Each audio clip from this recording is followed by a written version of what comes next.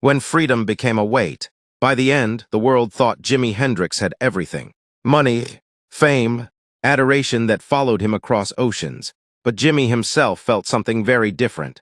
He felt tired, not the kind of tired that sleep can fix, but the exhaustion that comes from being constantly watched, constantly expected to be extraordinary, even when you no longer know who you are when the lights go off. The freedom that once saved him was now the thing slowly crushing him. Jimi had become a symbol. To audiences, he was rebellion. To promoters, he was a product. To critics, he was a benchmark no one else could reach. But to himself, he was still the same man who wanted space. Space to experiment. Space to breathe. Space to fail without consequences. That space no longer existed. Every performance had to be louder. Every solo had to be longer. Every night had to feel historic. And when it didn't, the disappointment was immediate. Tour schedules tightened. Rest days disappeared. Studio sessions stretched deep into the night. Not because Jimi wanted them to, but because time had become more valuable than health. Managers wanted albums. Labels wanted singles. Festivals wanted appearances. And Jimi just wanted quiet. But quiet was now expensive. People close to him began to notice changes. He spoke less. He laughed less. He withdrew in rooms full of people.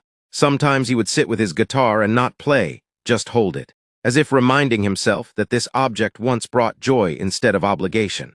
Music had stopped being an escape. It had become a responsibility. The pressure wasn't only professional. Jimi was constantly navigating identity in a world that didn't fully know where to place him.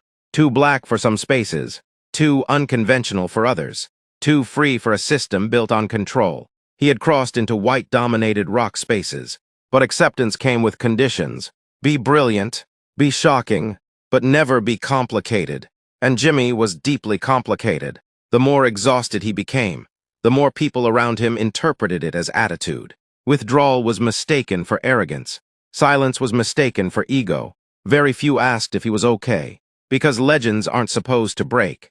By 1970, something had shifted.